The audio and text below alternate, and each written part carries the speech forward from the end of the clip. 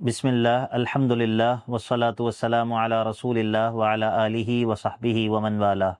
اللہم انفعنا بما علمتنا وعلمنا ما ينفعنا وزدنا علما۔ شیخ محمد بن صالح العثیمین رحمہ اللہ کے متن عقیدۃ اہل سنت والجماعہ کی یہ آخری مجلس ہے۔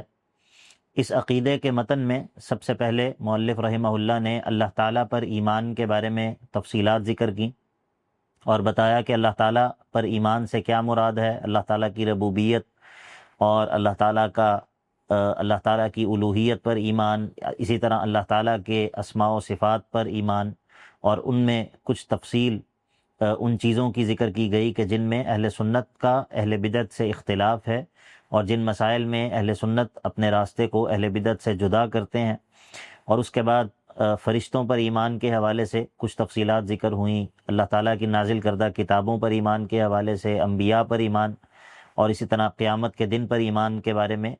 تفصیلات کا ذکر کیا گیا، اور پھر آخر میں تقدیر پر ایمان کی تفصیلات کو ذکر کیا گیا، اور ان تمام ارکان ایمان کے حوالے سے مسلمانوں کا عقیدہ کیا ہے اس کا تذکرہ کیا گیا۔ آج کے سبق میں مؤلف رحمہ اللہ یہ بات ذکر کریں گے کہ اس عقیدے کے ثمرات کیا ہیں،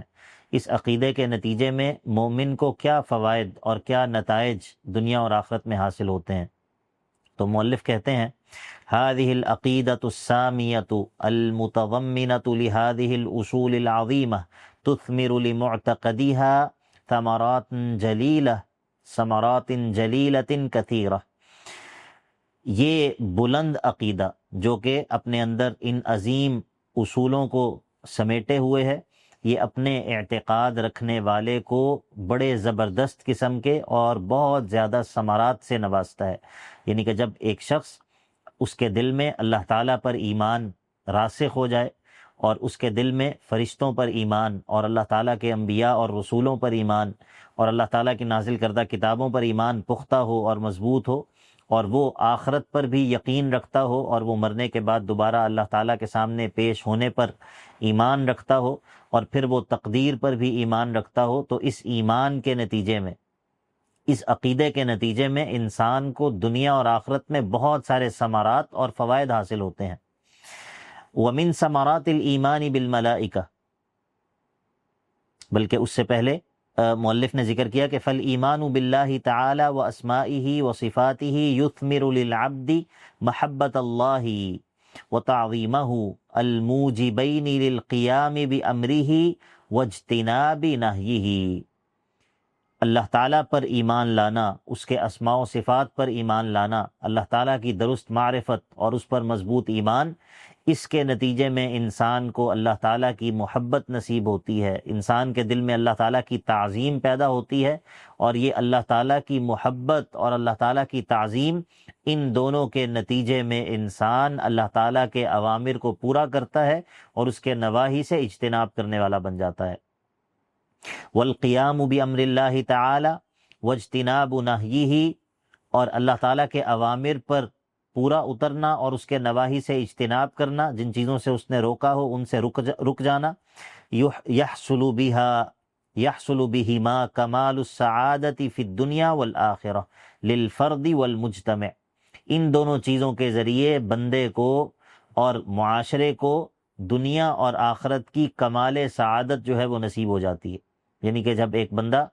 وہ اللہ تعالیٰ کے اوامر کو پورا کرنے لگ جاتا ہے، اللہ تعالیٰ کی منہیات، جن چیزوں سے اللہ تعالیٰ نے روکا ہے ان سے رکنے والا بن جاتا ہے، تو اس کو دنیا کی سعادت اور آخرت کی سعادت بھی حاصل ہو جاتی ہے۔ اور جب کسی معاشرے کے افراد کا یہ حال ہوتا ہے تو وہ معاشرہ بھی دنیا میں باسعادت بن جاتا ہے اور آخرت میں بھی وہ سعادت کا مستحق بن جاتا ہے۔ اللہ تعالیٰ فرماتا ہے من عمل صالحا من ذکر او انثى وهو مؤمن فلنحيينه حیاتا طیبہ ولنجزینہم اجرہم باحسن ما كانوا يعملون۔ یعنی کہ ایمان اور عمل صالح کے نتیجے میں اللہ تعالیٰ انسان کو حیات طیبہ نصیب کرتا ہے۔ ومن ثمرات الایمان بالملائکہ، اور فرشتوں پر ایمان لانے کا ثمرہ اور نتیجہ کیا ہے؟ اولا العلم بعظمت خالقہم تبارک و تعالی و قوتہ و سلطانہ۔ سب سے پہلی بات یہ کہ فرشتوں پر ایمان لانے کے نتیجے میں انسان کے دل میں ان فرشتوں کے خالق کی عظمت پیدا ہو جاتی ہے، اور انسان کو اللہ تعالیٰ کی قوت اور اس کی بادشاہت کا احساس اور شعور یہ نصیب ہو جاتا ہے۔ ثانیاً شکرہ تعالی علی عنایتہ بعبادہ، انسان اللہ تعالیٰ کا شکر ادا کرتا ہے کہ وہ اپنے بندوں کے لیے کتنا اہتمام اس نے کیا ہے۔ حیث وکل بہم من ہؤلاء الملائکۃ من یقوم بحفظہم وکتابۃ اعمالہم وغیر ذلک من مصالحہم، کہ اللہ تعالیٰ نے بندوں کی حفاظت کے لیے، ان کے اعمال کو نوٹ کرنے کے لیے اور بندوں کی دیگر مصلحتوں کے لیے کتنے سارے فرشتوں کو مقرر کر رکھا ہے۔ تو انسان اللہ تعالیٰ کی بندوں کے لیے عنایت اور اللہ تعالیٰ کا بندوں کے لیے اہتمام اور بندوں کی مصلحتوں کے لیے اللہ تعالیٰ کا فرشتوں کو مقرر کرنا، اس کے نتیجے میں انسان کے دل میں اللہ تعالیٰ کی شکر گزاری پیدا ہوتی ہے۔ اور ثالثاً تیسرے نمبر پر محبت الملائکۃ علی ما قاموا بہ من عبادت اللہ تعالی علی الوجہ الاکمل واستغفارہم للمؤمنین، اللہ تعالیٰ کے ان فرشتوں کے لیے ایمان والوں کے دلوں میں محبت پیدا ہو جاتی ہے۔ کس وجہ سے؟ اس وجہ سے کہ ایک تو ان فرشتوں کے ساتھ ہمارا تعلق وہ اللہ تعالیٰ پر ایمان کی وجہ سے ہے کہ یہ بھی اللہ تعالیٰ کی عبادت کرتے ہیں، اور ان کے ساتھ ہماری محبت وہ ایمانی محبت ہے، ایمان کی بنیاد پر محبت ہے۔ اور دوسرا یہ ہے کہ یہ فرشتے ان ایمان والوں کے لیے اللہ تعالیٰ سے استغفار کرتے رہتے ہیں، جیسا کہ اللہ تعالیٰ نے سورہ غافر میں ذکر کیا ہے کہ فرشتے کیا کہتے ہیں؟ ربنا وسعت كل شيء رحمة وعلما فاغفر للذین تابوا واتبعوا سبیلک وقهم عذاب الجحیم۔ تو یہ فرشتے بھی اس ایمانی محبت کے نتیجے میں ایمان والوں کے لیے اللہ تعالیٰ سے استغفار کرتے رہتے ہیں۔ تو فرشتوں پر ایمان کے نتیجے میں انسان کو ان فرشتوں سے اللہ کی خاطر محبت کرنے کا ثمرہ اور فائدہ بھی حاصل ہوتا ہے۔ ومن ثمرات الایمان بالکتاب، اور اسی طرح اللہ تعالیٰ کی نازل کردہ کتابوں پر عمومی طور پر اور قرآن مجید پر خاص طور پر ایمان کا ثمرہ اور نتیجہ یہ ہے کہ اولاً العلم برحمت اللہ تعالی وعنایتہ بخلقہ حیث انزل لکل قوم کتابا یہدیہم بہ۔ پہلی چیز تو انسان کو یہ معلوم ہوتی ہے کہ اللہ تعالیٰ کا بندے کے ساتھ کس قدر اہتمام ہے۔ اللہ تعالیٰ نے اپنی مخلوق کو یوں ہی نہیں چھوڑ دیا، بلکہ ان کے لیے کتابیں نازل کی ہیں کہ جن کتابوں کو نازل کرنے کے ذریعے اللہ تعالیٰ اپنی مخلوق کی رہنمائی کرتا ہے۔ تو یہ اللہ تعالیٰ کی رحمت کا مظہر ہے کہ اللہ تعالیٰ نے بندوں کی ضرورت کے لیے آسمان سے ہدایت کو نازل کرنے کا سلسلہ جو ہے وہ جاری کیا ہے۔ ثانیاً دوسری بات یہ ہے کہ ظہور حکمت اللہ تعالی، اس میں اللہ تعالیٰ کی حکمت بھی ظاہر ہوتی ہے کہ حیث شرع فی ہذہ الکتب لکل امت ما یناسبها، کہ ان کتابوں میں اللہ تعالیٰ نے ہر امت کے لیے جو اس امت کے لیے مناسب تھا وہ چیزیں ان کو مشروع کیا، ان کو شریعت بنا کر نازل کیا۔ وکان خاتم هذه الکتب القرآن العظیم، اور ان کتابوں کا اختتام قرآن مجید پر کیا، مناسبا لجمیع الخلق فی کل عصر و مکان الی یوم القیامہ، جو کہ تمام لوگوں کے لیے مناسب ہے، ہر زمانے کے اور ہر علاقے کے لوگوں کے لیے قیامت تک کے لیے۔ ثالثاً تیسرا فائدہ شکر نعمت اللہ تعالی علی ذالک، ان کتابوں کو نازل کرنے پر اور اس نعمت پر انسان کے دل میں اللہ تعالیٰ کی شکر گزاری کا جذبہ پیدا ہوتا ہے۔ ومن ثمرات الایمان بالرسل، اور رسولوں پر ایمان لانے کے ثمرات کیا ہیں؟ اولاً العلم برحمت اللہ تعالی وعنایتہ بخلقہ، اللہ تعالیٰ کی رحمت کا انسان کو معلوم ہوتا ہے کہ اللہ تعالیٰ نے اپنے بندوں کی رہنمائی کے لیے انبیاء اور رسولوں کو مبعوث کیا، حیث ارسل الیہم اولئک الرسل الکرام للہدایۃ والارشاد۔ ثانیاً دوسرا فائدہ شکرہ تعالی علی ہذہ النعمت الکبریٰ، اس نبوت اور رسالت کی نعمت پر انسان اللہ تعالیٰ کا شکر گزار بن جاتا ہے، لقد من اللہ علی المؤمنین۔ ثالثاً تیسرے نمبر پر محبت الرسل وتوقیرہم والثناء علیہم بما یلیق بہم،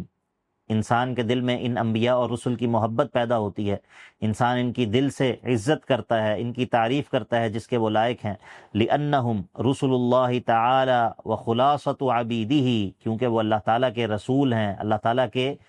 مخلوق میں سے، بندوں میں سے چنے ہوئے خالص ترین لوگ ہیں۔ قاموا بعبادتہ، انہوں نے اللہ تعالیٰ کی عبادت کو قائم کیا، وتبلیغ رسالتہ، اللہ تعالیٰ کے پیغام کو پہنچایا، والنصح لعبادہ، اللہ تعالیٰ کے بندوں کی خیر خواہی کی، والصبر علی اذاہم، اور ان کی اذیتوں پر صبر کیا۔ ومن ثمرات الایمان بالیوم الآخر، آخرت کے دن پر ایمان کا کیا ثمرہ اور فائدہ ہے؟ اولا الحرص علی طاعت اللہ تعالی رغبتا فی ثواب ذلک اليوم، پہلی بات تو یہ ہے کہ انسان کے اندر اس دن اللہ تعالیٰ سے بدلہ لینے کی حرص پیدا ہوتی ہے، اور اس حرص کے نتیجے میں انسان دنیا میں اللہ تعالیٰ کی اطاعت پر حریص ہو جاتا ہے۔ والبعد عن معصیتہ خوفا من عقاب ذلک اليوم، اور اس دن اللہ تعالیٰ کی سزا اور پکڑ سے بچنے کے لیے انسان دنیا میں اللہ تعالیٰ کی نافرمانی سے جو ہے وہ دور ہو جاتا ہے، اور یہ ایمان بالآخرت کے نتیجے میں یہ فائدہ حاصل ہوتا ہے۔ ثانیاً، دوسرا فائدہ یہ ہے کہ تسلیۃ المؤمن عما یفوتہ من نعیم الدنیا ومتاعہا بما یرجوہ من نعیم الآخرۃ وثوابہا، انسان سے دنیا میں اگر کوئی نعمت چھن بھی جائے، دنیا میں اس سے کوئی چیز چھوٹ بھی جائے، تو اس کے لیے یہ تسلی موجود ہے، مومن کے لیے یہ تسلی موجود ہے کہ اللہ تعالیٰ آخرت میں اس کا جو ہے وہ کفارہ، اور اس کے بدلے اللہ تعالیٰ آخرت میں مجھے اس سے بہتر چیز جو ہے وہ عطا کر دے گا۔ تو یہ انسان کے لیے مایوسی سے اور انسان کے لیے پریشانی سے بچاؤ کا ایک بہت بڑا ذریعہ ہے، اور انسان کے لیے آخرت پر ایمان میں بہت بڑی تسلی ہے۔ اور ومن ثمرات الایمان بالقدر، اور تقدیر پر ایمان کے نتیجے میں انسان کو کیا حاصل ہوتا ہے؟ اولا الاعتماد علی اللہ تعالی عند فعل الاسباب لأن السبب والمسبب کلاہما بقضاء اللہ وقدرہ، پہلی بات تو یہ ہے کہ انسان کا اسباب کو اختیار کرتے ہوئے بھی اللہ تعالیٰ پر اصل اعتماد ہوتا ہے، کیونکہ وہ یہ جانتا ہے کہ یہ اسباب کو اختیار کرنا اور پھر ان اسباب میں تاثیر پیدا کرنا، یہ تمام کی تمام چیزیں اصلاً اللہ تعالیٰ کی مشیت سے ہوتی ہیں، اور ان میں اصل جو اختیار ہے وہ اللہ ہی کے ہاتھ میں ہے۔ تو انسان کا اسباب کو اختیار کرتے ہوئے بھی اعتماد اور توکل وہ اسباب پر نہیں ہوتا بلکہ اللہ تعالیٰ ہی پر ہوتا ہے۔ ثانیاً، دوسرا فائدہ یہ ہے کہ راحت النفس و طمأنینۃ القلب، انسان کا نفس مطمئن رہتا ہے، اس کا دل جو ہے وہ پرسکون رہتا ہے، لأنه متى علم ان ذلك بقضاء الله تعالى وان المكروه كائن لا محالة ارتاحت النفس واطمأن القلب ورضي بقضاء الرب فلا احد اطيب عيشا واريح نفسا واقوى طمأنينة ممن آمن بالقدر، اس ایمان بالقدر کے نتیجے میں انسان کا دل مطمئن ہو جاتا ہے، کیونکہ وہ جانتا ہے کہ اس کائنات میں جو کچھ بھی ہوتا ہے وہ اللہ تعالیٰ کی قضا سے ہوتا ہے۔ تو جب اس کو یہ ایمان نصیب ہو جاتا ہے تو اس کی زندگی پرسکون ہو جاتی ہے، اور اس کے جو اطمینان ہے وہ بڑھ جاتا ہے، اور وہ بڑی پرسکون زندگی گزارتا ہے، کیونکہ وہ کسی تکلیف اور مصیبت پر بھی جزا اور فضا نہیں کرتا۔ وہ جانتا ہے کہ یہ میرے رب کی قضا ہے، یہ میرے رب کے فیصلے سے یہ تکلیف جو ہے وہ آئی ہے، اور اس کا اللہ تعالیٰ پر ایمان ہے، اور اس کا اللہ تعالیٰ پر توکل ہے، اور وہ جانتا ہے کہ میرا رب جو ہے وہ حکمت والا ہے، تو اس کی زندگی، اس کا دل یہ پرسکون ہو جاتے ہیں۔ ثالثاً، اور تیسرا ثمرہ ایمان بالقدر کا یہ ہے کہ طرد الاعجاب بالنفس عند حصول المراد، جب انسان کو کوئی مراد حاصل ہو جائے تو انسان میں خود پسندی پیدا نہیں ہوتی، لأن حصول ذلك نعمت من اللہ بما قدرہ من اسباب الخیر والنجاح، کیونکہ انسان جانتا ہے کہ یہ کامیابی بھی اللہ تعالیٰ ہی نے مقدر کی ہے، اور اس میں میرا کوئی کمال نہیں ہے۔ فیشکر اللہ تعالی علی ذلك ویدع الاعجاب، تو انسان اللہ تعالیٰ کا شکر گزار بندہ بن جاتا ہے اور خود پسندی سے بچ جاتا ہے۔ رابعاً، چوتھا فائدہ یہ ہے کہ طرد القلق والزجر عند فوات المراد او حصول المکروہ لأن ذلك بقضاء اللہ تعالی الذي له ملک السماوات والارض وهو كائن لا محالہ فيصبر على ذلك ويحتسب الاجر، والى هذا يشير اللہ تعالی، انسان کے دل سے قلق اور اضطراب اور پریشانی وہ زائل ہو جاتی ہے کسی ناپسندیدہ چیز کے آنے پر، کیونکہ انسان جانتا ہے کہ یہ ناپسندیدہ چیز، یہ آفت، یہ مصیبت، یہ آزمائش، یہ اللہ کے حکم سے آئی ہے۔ اللہ تعالیٰ نے اسی بات کی طرف قرآن مجید میں اشارہ کیا ہے، ما اصاب من مصیبت فی الارض ولا فی انفسکم الا فی کتاب من قبل ان نبرأها ان ذلک علی اللہ یسیر، لکی لا تأسوا علی ما فاتکم ولا تفرحوا بما آتاکم واللہ لا يحب کل مختال فخور۔ اللہ تعالیٰ نے یہ جو ما اصاب من مصیبت فی الارض ولا فی انفسکم، تمہیں جو کوئی بھی مصیبت پہنچتی ہے چاہے وہ زمین میں ہو یا چاہے وہ تمہاری جانوں میں ہو، الا فی کتاب من قبل ان نبرأها، وہ پہلے سے اللہ تعالیٰ کے ہاں وہ پہلے سے لکھی ہوئی موجود ہے، اور یہ اللہ تعالیٰ کے لیے کوئی مشکل نہیں ہے۔ ان ذلک علی اللہ یسیر لکی لا تأسوا علی ما فاتکم، تاکہ تم اس چیز پر افسوس میں نہ پڑ جاؤ کہ جو تم سے چھن جائے۔ لکی لا تأسوا علی ما فاتکم ولا تفرحوا بما آتاکم، اور اگر تمہیں کوئی چیز حاصل ہو جائے تو اس پر تم خوشی سے اس طرح نہ ہو کہ تم جو ہے وہ پھولے نہ سماؤ اور خود پسندی کا شکار ہو جاؤ۔ واللہ لا يحب کل مختال فخور۔ تو انسان کو تقدیر پر ایمان کے نتیجے میں انسان کے لیے مصیبت پر صبر کرنا بھی آسان ہو جاتا ہے، اور خوشی کے نتیجے میں انسان کا ناشکری سے اور خود پسندی اور تکبر سے بچنا یہ بھی انسان کے لیے آسان ہو جاتا ہے۔ آخر میں شیخ رحمہ اللہ کہتے ہیں فنسأل اللہ تعالی ان یثبتنا علی ہذہ العقیدہ، ہم اللہ تعالیٰ سے یہ سوال کرتے ہیں کہ اللہ تعالیٰ ہمیں اس عقیدے پر مضبوط رکھے، وَأَن يُحَقِّقَ لَنَا ثمراتها وَيَزِيدَنَا مِن فَضْلِهِ، اللہ تعالیٰ اس عقیدے کے ثمرات کو ہمارے لیے متحقق کر دے، ہمیں اس کے ثمرات حاصل ہو جائیں، اور اللہ تعالیٰ اپنے فضل سے ہمیں اس میں اور بھی بڑھا دے۔ وَأَن لَا يَزِيغَ قُلُوبَنَا بَعْدَ إِذْ هَدَانَا، اللہ تعالیٰ ہمیں ہدایت دینے کے بعد ہمارے دلوں کو ٹیڑھا نہ کر دے۔ وَأَن يَهْبَ لَنَا مِنْهُ رَحْمَةً، اور اپنی جناب سے اللہ تعالیٰ ہمیں رحمت عطا کر دے۔ إِنَّهُ هُوَ الْوَهَّابُ، بے شک اللہ تعالیٰ خوب بخشنے والا ہے۔ والحمد للہ رب العالمین، وصلی اللہ وسلم علی نبینا محمد وعلی آلہ واصحابہ والتابعین لهم بإحسان۔